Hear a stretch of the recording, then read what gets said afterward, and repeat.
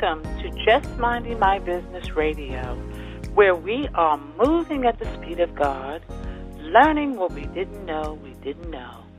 I'm your host, Ida Crawford.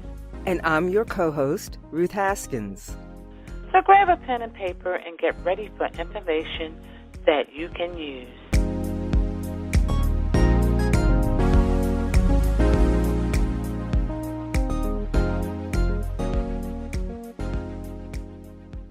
Welcome to Just Minding My Business. This is Ida Crawford, your host. And this is Ruth Haskins, your co-host.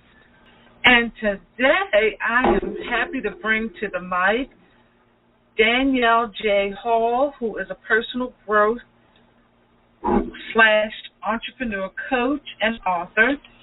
She received her life coaching certification from Coach Training Alliance. She has maintained an entrepreneurial spirit for most of her life, which gives her the experience and knowledge to assist others in their careers, while encouraging them to thrive personally as well as professionally. She resides in Maryland and is enjoying the gift of raising twin boys while maintaining her businesses as a cosmetologist and a life coach. Danielle has a new book out, Transforming from a Caterpillar to a Butterfly, and it is a guide to assist in reaching your greatest destiny. Well, welcome to the show, Danielle. Thank you, Ida and Ruth. Thank you for having me. Hi, everyone. Hi. Glad to have you. Well, tell us about your new book. Well, this will be my second book, Transforming from a Caterpillar to a Butterfly, a guide to turning your pain into power.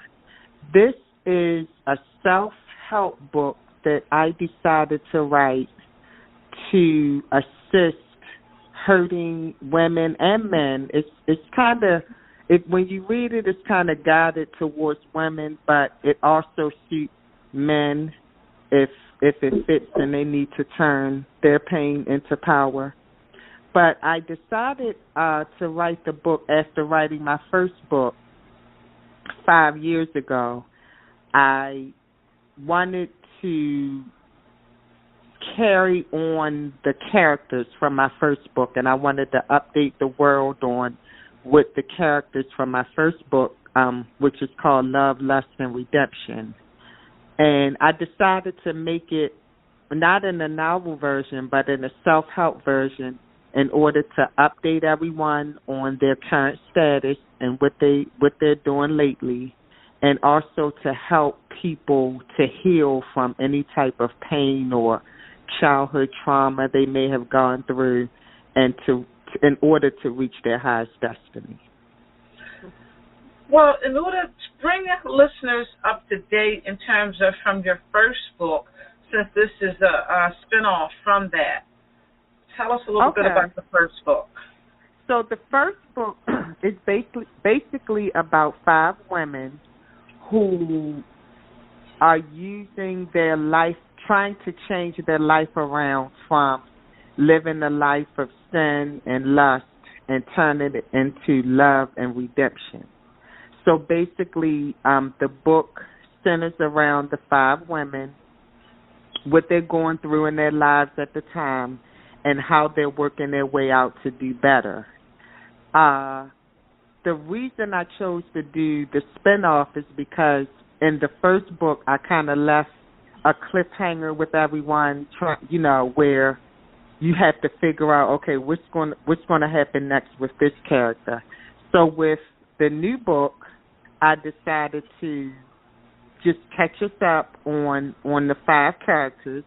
They're all 5 women, and it keeps us up to date with what's going on in their lives now and what they're doing. And included, there's also self-help information to help you if you're going through some of the same things that they may have gone through. Okay, so is it sort of like a workbook? Well, actually, it has a workbook included. We have, let's see. We have 17 chapters, and each chapter has a story and a set of questions in the back of at the end of the chapter where you can reflect on what you read, and if you run into a situation that you may have encountered in your life, the workbook questions at the end will help you to deal with whatever you're dealing with in reference to that particular chapter. Oh, okay. That sounds very interesting. Very helpful. Yeah, and that's basically what my goal is to. I just feel like my calling is to help other hurting people and to get through some things that they may not know how to get through on their own. And it's just a guide to help you reach some places that you may not have been able to reach ordinarily without someone guiding you to it. Excellent. And that's very true. A lot of people are going through things, and when they hear something and it resonates with them, it's nice for them to have a way of following through, not just get stuck with, oh, I feel that, oh, I understand that, now where do I go? So you've given them some place to go, some forward movement. Interesting. Something to look forward to, exactly, Ruth. That's exactly what my goal is, for everyone to get out of the book, to take some experiences and reflect on them and own them, because I feel like a lot of times when we're trying to heal ourselves, we don't first own what is going on, because you have to first admit, okay, this is a problem, or I need to make a change, I need to heal from something. Now I have to, own it, that I do have this problem. And a lot of times we will stay in denial and we won't own what the problem is. So this is a way to kind of, self-reflect. This book is just personal. You can keep it to yourself. You can write anything in it. And just to self-reflect on some things that, may still be bothering you from your childhood, or some things that you may still be going through as an adult, but you don't know how to deal with them. Oh, very nice.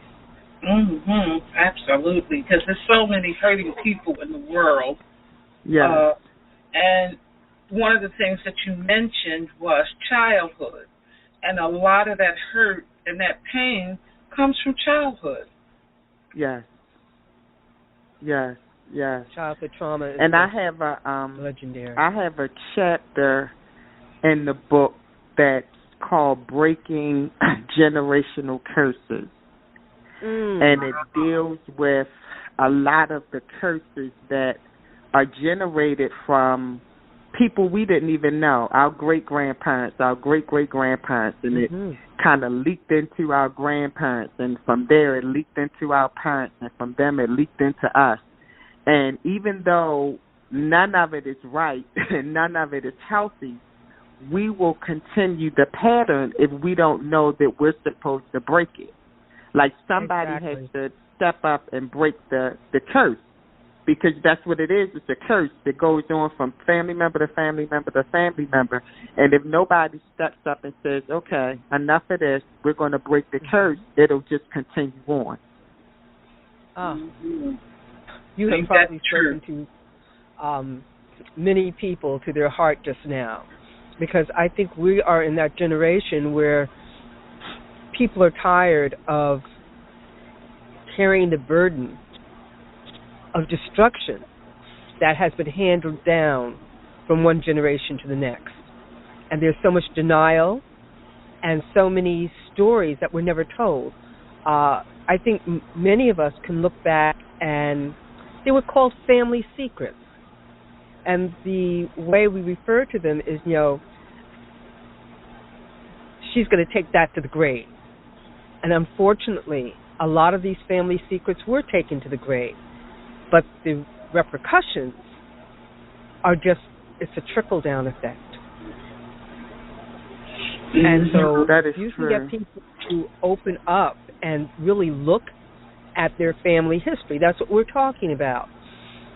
All those things that, they have a question about. And I'm saying this from my own experience.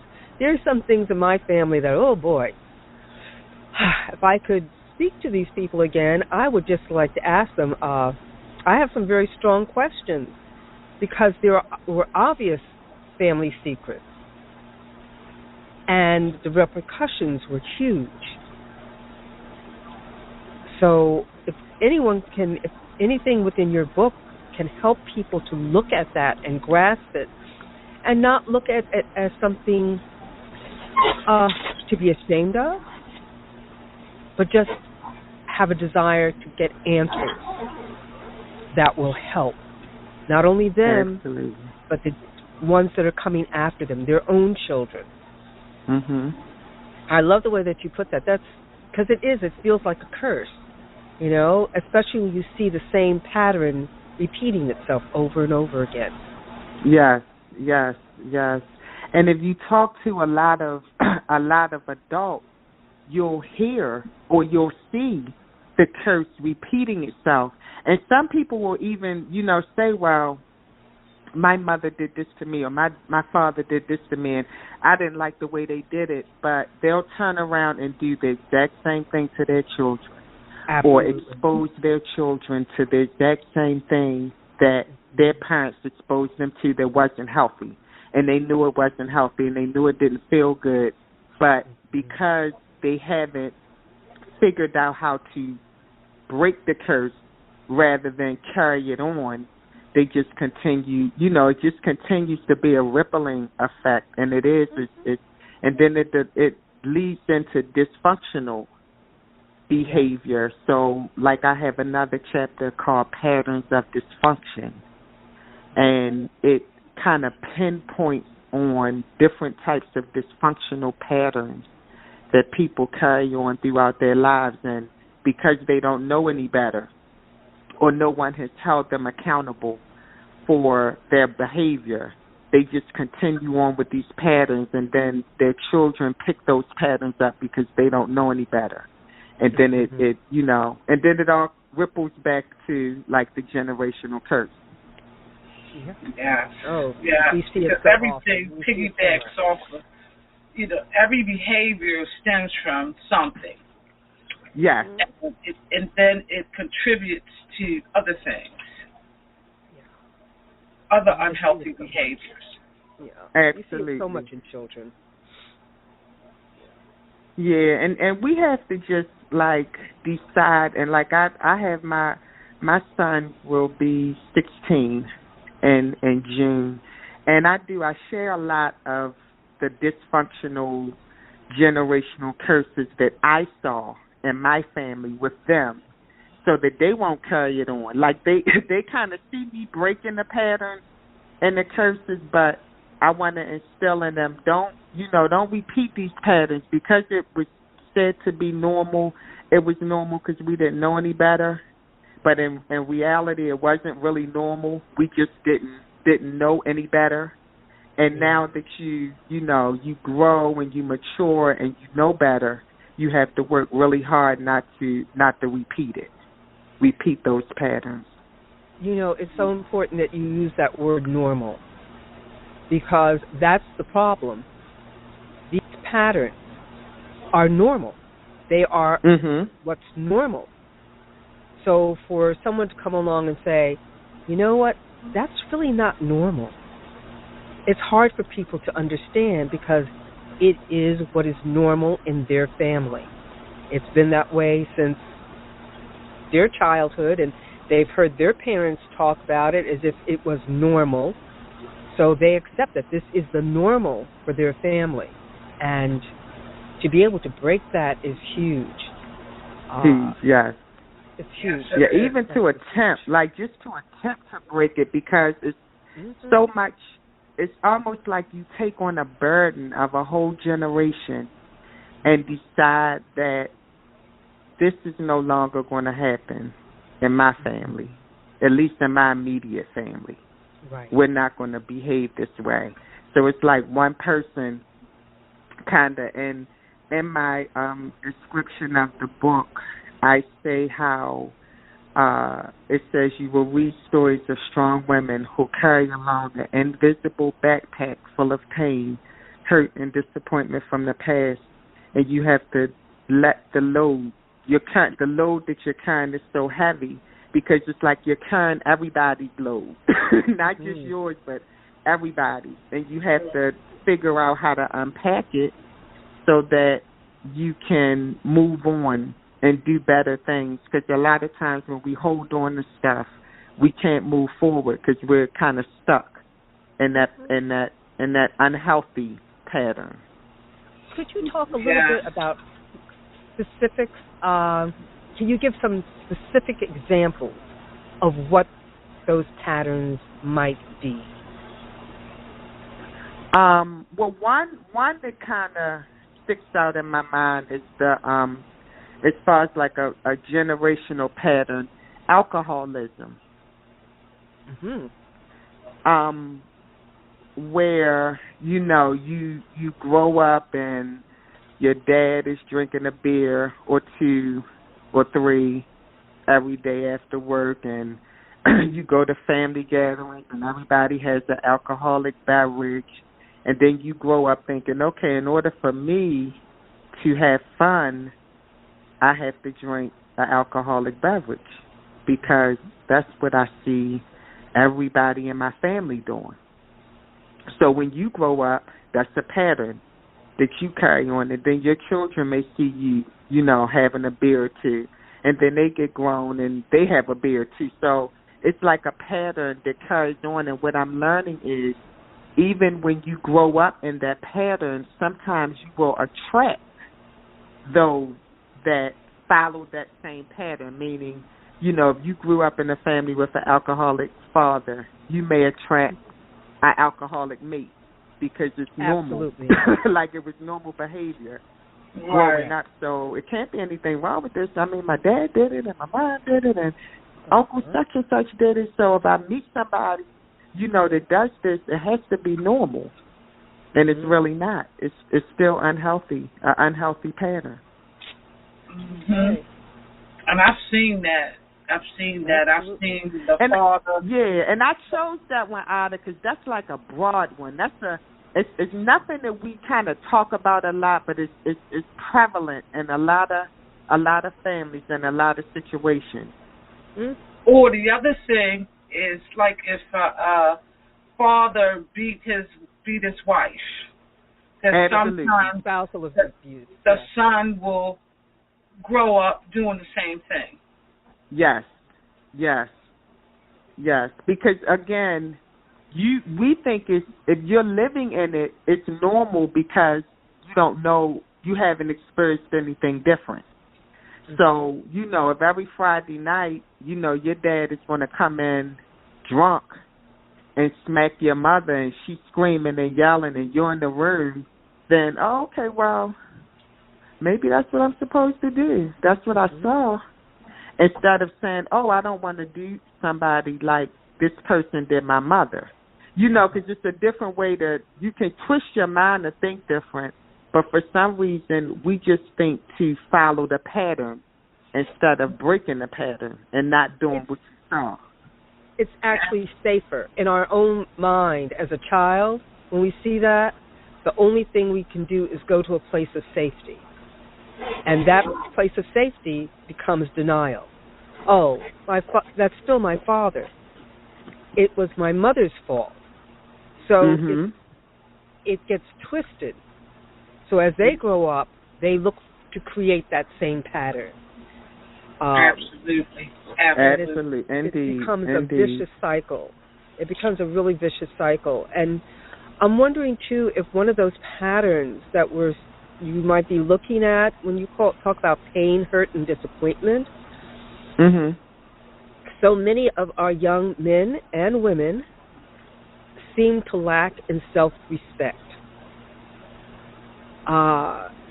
There was a time when, and I'm talking about the black community right now, but I'm sure it's across the board, but there was always a place of self-respect. There were certain things that my mother used to put it, you carried yourself in a certain way. And now you don't see that anymore.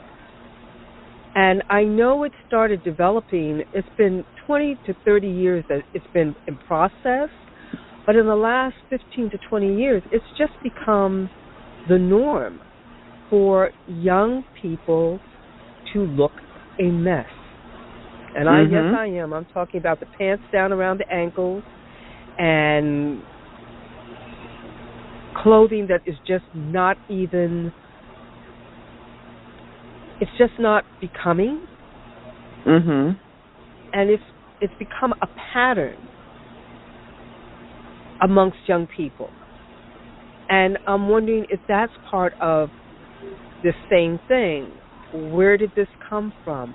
Where did it come from that all of a sudden, not all of a sudden, but that we've lost respect for ourselves on an individual level? I think it's your self-esteem. And that's in the second chapter of the book. It's called Securing Your Self-Esteem. And we all have different levels of self-esteem. So just like you say, it's a pattern, but people behave according to how they feel about themselves. So when you say self, you lack self-respect. Well, my self-esteem is so low that I don't have any respect for myself. So normally people that you see that lack respect, or like you say, dress provocatively, like a woman where every time she dressed, she's showing all her body parts because she wants somebody to look at her. It's because her self-esteem is low. Because if your self-esteem is high, you automatically know that no matter what you have on, if you're covered up from head to toe, your self-esteem will let you know that I'm fine. I look fine, all covered up with none of my body parts showing. I can go out, and whether or not somebody gives me attention or says anything, my self-esteem still tells me that I have respect for myself. But I think the lack of respect comes from a lack of self-esteem. And a lot of young people, nobody has taught them to have high self-esteem. Sometimes your parents, they don't encourage you. You get more parents that's fussing and cursing and calling their kids names rather than encouraging them. And what it does is it dampens their self-esteem. So when they get older, they look for that validation in other people instead of looking within and getting the validation from yourself. Yeah, absolutely. And the other part to that is, to go back to, the pants hanging off and all of this provocative clothes, clothes wearing that women do, also stems from the media, social media. You're seeing stars and people that young people look at as being great, showing half of their body, music that is, lends itself to bad behavior. So not only is it a situation from the home, this also stems from the surroundings in our world today. Very true. Correct. Because you got some kids that live in a household where the parents are respectable, and next thing they see, their sons walking around with their clothes hanging off their behind. And that's from peer pressure. They weren't taught that at home. They picked that up in the street. And it's a lot of peer pressure. And like I was telling somebody earlier, we as parents can instill all good things in our children, and we can teach them the right path and the right patterns to take in life. And they can go out in the street and meet one person. A lot of times for the girls, it's they meet a boy that they like, and they allow this one person to kind of take away, like all of the rearing, because we reared our children all the way up basically until they're grown. But then sometimes they get to be teenagers and they'll meet that one person that whatever they're saying or doing to them, it makes them totally turn against everything that we tried to teach them. And I'm sure, like, we can all relate. Either we may have done it to our parents or our children have done it to us, or we've seen it where, you just let a person influence you to do stuff your parents taught you not to do that. My mother told me not to do that, but this person is telling me I should do it, so I'm going to go ahead and do it, knowing that it's wrong. Mm-hmm. That's definitely absolutely the truth. Yeah. That's why it takes, what does it say? It takes a village to raise a child. Absolutely, yes. Yes, it does. We now don't have villages anymore, unfortunately, but that village works. Yeah, you got to build it. Like, it used to be a day and time where it was just available. You had your neighbors, you had your family, everybody kind of stuck together and looked out for everybody. But now you kind of have to build your village. Like, you have to pick the people, that you want to put in place to maybe take up the slack for somebody that should be there, but they may not be there. Okay. So, in this day and age, we got to kind of, scope people out and see what they got going on and kind of choose the village that we want to help us with our kids. Absolutely. So, Danielle, how do people get your book? I have... You can order it a couple of different ways. You can get it on Amazon.com. And again, it's called Transforming from a Caterpillar to a Butterfly, A Guide to Turning Your Pain into Power. It's also available on my website, which is DanielleJHall.com/books. There's a section on my website where you can sign up for life coaching classes, and you can also purchase my book.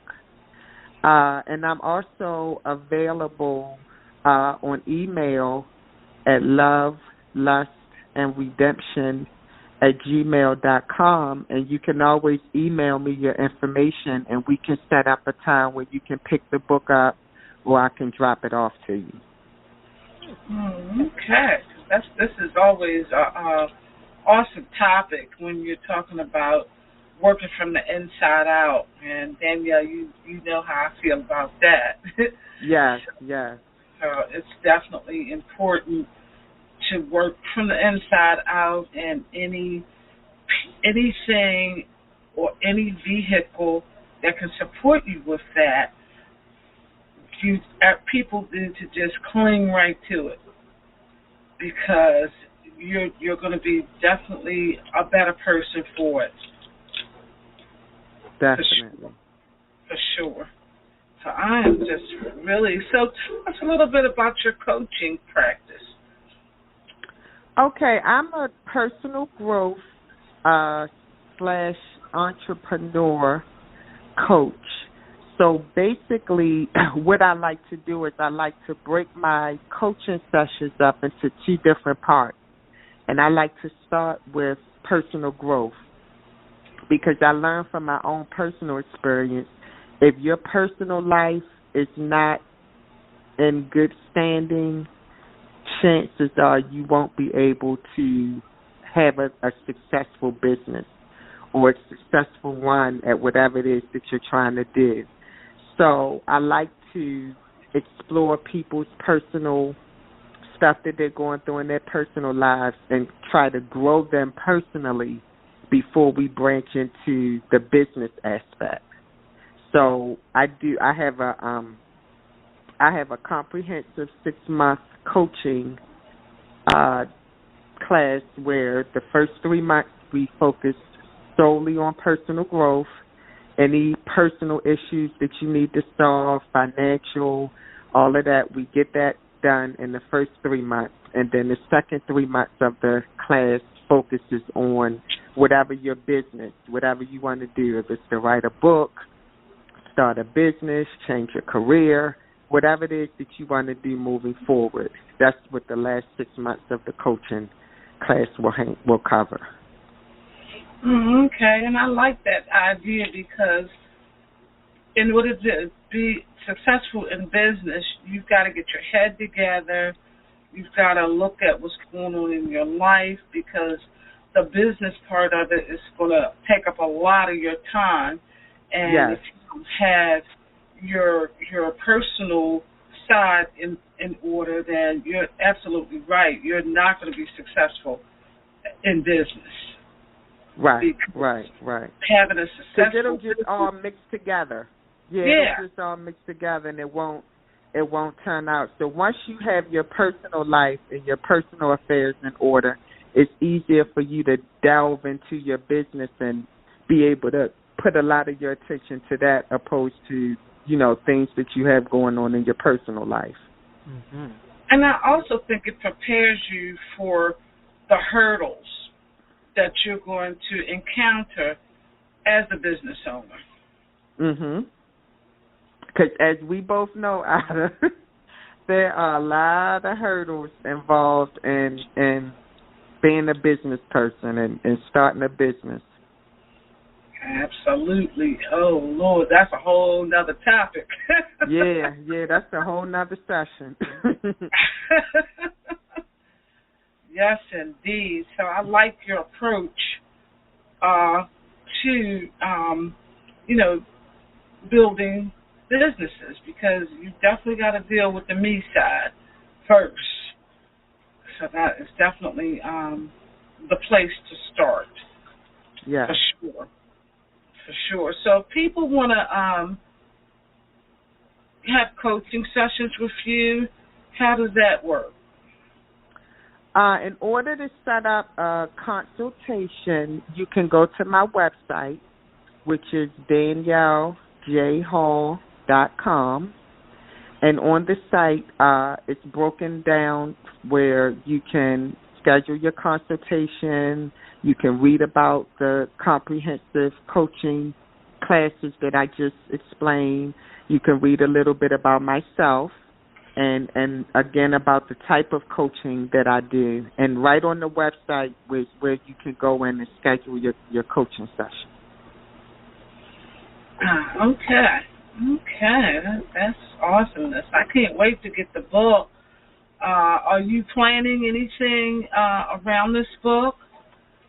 I will be doing some pop-up book signing events where a few of them will be at my salon, which is Sheer Serenity Hair and Wellness Salon in Rosedale.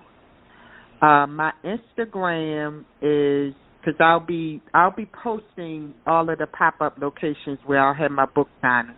So you can reach me on my Instagram, which is Danielle the Stylist, all one word.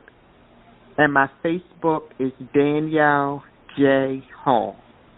All of my events will be posted on my social media pages. They'll be posted on my website.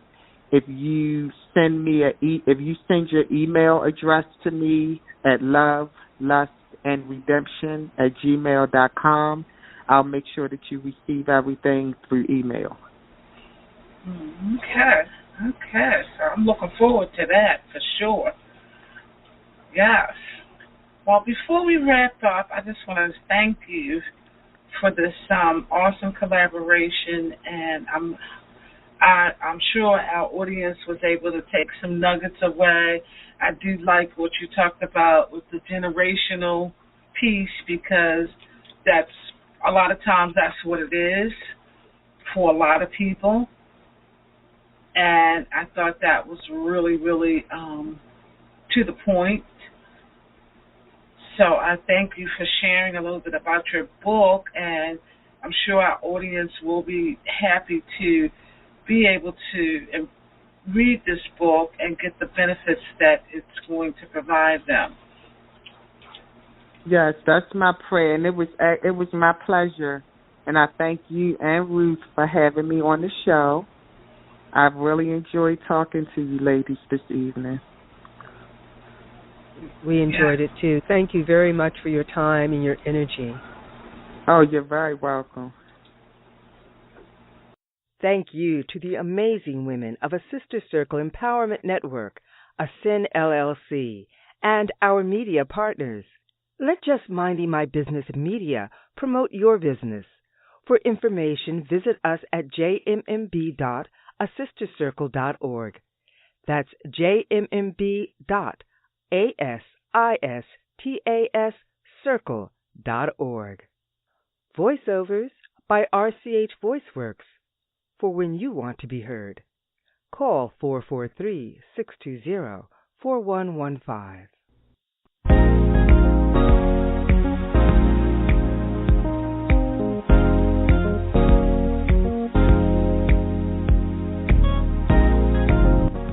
Thank you for tuning in to Just Minding My Business Radio. I'm your host, Ida Crawford.